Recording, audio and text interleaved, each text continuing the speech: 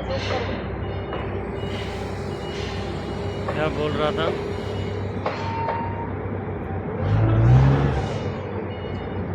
Hello दोस्तों, कैसे हो आप लोग। उम्मीद करता हूँ आप कहीं भी होगे सही होगे। आज की इस वीडियो में मैं बात करने वाला हूँ कि बहुत सारा जो नया ऑपरेटर है उसके जो कन्फ्यूजन रहता है कि भाई बैटरी फोर्कलिफ्ट और डीजल फोर्कलिफ्ट में क्या फ़र्क है। क्या बैटरी फोर्कलिफ्ट चलाएंगे तो डीजल फोर्कलिफ्ट चला सकते हैं कि नहीं, अगर डीजल फोर्कलिफ्ट चला रहे हैं तो बैटरी चला सकते हैं कि नहीं। इस तरह का जो कन्फ्यूजन रहता है उसके बारे में आज हम लोग बात करेंगे। सबसे पहले मेरे को ऐसा लगता है, पर्सनली मेरे को ऐसा लगता है कि उतना ज़्यादा कोई फ़र्क रहता नहीं है, क्योंकि जो आपका लोड उठाने का जो तरीका है वो दोनों का सेम रहेगा, गाड़ी चलाने का जो तरीका है वो दोनों का सेम रहेगा। पर ये है, मैं इतना अनुभव किया हूँ कि अगर आप डीजल मशीन चला रहे हो तो वो मशीन बेस्ट है, क्योंकि डीजल जो है वो डीजल फोर्कलिफ्ट जो है वो सबसे बढ़िया रहता है। क्योंकि उसको जब आप चलाओगे ना, आपको लगेगा कि मतलब फोर्कलिफ्ट चला रहा हूँ मैं, ऐसा लगेगा, फील होगा। क्योंकि उसका जो साउंड, उसका जो वाइब्रेट करेगा वो आपको पता चलता है कि मैं मशीन चला रहा हूँ, ठीक है।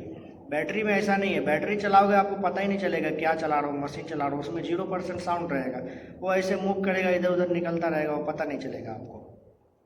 इसलिए मुझे ऐसा लगता है कि अगर आप डीजल चला रहे हो तो सही है, क्योंकि डीजल में डीजल चलाने के बाद अगर आप बैटरी पे जा रहे हो तो कोई बड़ा फर्क पड़ने वाला है नहीं, क्योंकि वो आपको खिलौना जैसा लगेगा। अगर डीजल फोर्कलिफ्ट चला रहे हो आप, उसके बाद बैटरी पे जा रहे हो तो बैटरी आपको खिलौना जैसा लगेगा, आप उसको ऐसे भी नचा सकते हो उंगली पकड़ के। लेकिन वही उल्टा, अगर आप बैटरी चला रहे हो और डीजल पे उसके बाद जाओगे चलाने के लिए तो वो आपको दिक्कत हो सकता है, क्योंकि वो जो चलाने का जो मशीन तो सेम है, लेकिन जब चलाओगे आप तो अलग उस पर फील अलग आता है, वो अलग मतलब मूव करेगा। मूव उस हिसाब से नहीं करेगा जिस हिसाब से बैटरी करता है।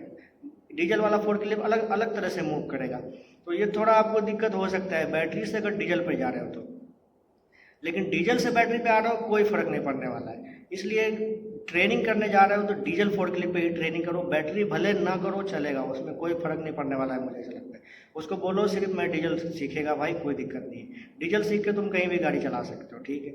लेकिन ये है कि कंपनी में अगर कहीं भी ट्रेनिंग लेने के बाद अगर कंपनी में जा रहे हो कहीं भी काम करने के लिए, तो वहाँ पे अगर तुमको बैटरी मिल गया तो ये नहीं कि बैटरी छोड़ के भाग जाना है कि भाई मेरे को डीजल चलाना है, ऐसा नहीं। आप 1 महीना काम करो वहाँ पे, बैटरी ही चलाओ 1 महीना, कम से कम काम करने का तो तरीका पता चल जाएगा। 1 महीने के बाद आप वहाँ से है ना चेंज कर सकते हो। 1 महीना काम करने के बाद ऐसो कंपनी चेंज करके डीजल वाला जहाँ पे फोर्कलिफ्ट है वहाँ पे आप चले जाओ, डीजल फोर्कलिफ्ट चलाओ। फिर 1 महीना 2 महीना हो गया, उसके बाद आप बाहर आने का प्रोसेस करो, गल्फ़ कंट्री आने का प्रोसेस करो।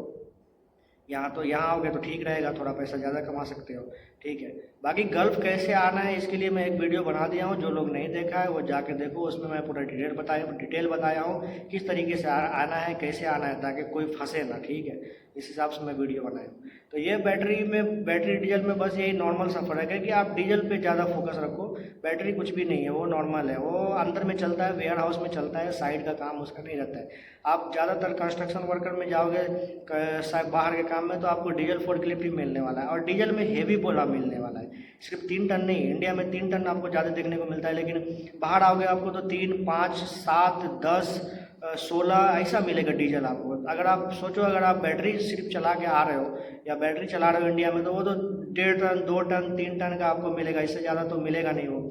आप ऑटोमेटिक आपको 10 टन पे कोई बैठा देगा फोर्कलिफ्ट पे, तो आप क्या करोगे? आपको तो फील ही नहीं आएगा, आपको ऐसा लगेगा यार ये तो बैटरी चला रहा है, उसमें तो कुछ फील ही नहीं आया, ये डायरेक्ट 7 टन 10 टन पे बैठा दिया, वो अजीब सा लगेगा, आपको लगेगा यार क्या चीज़ पे बैठा दिया।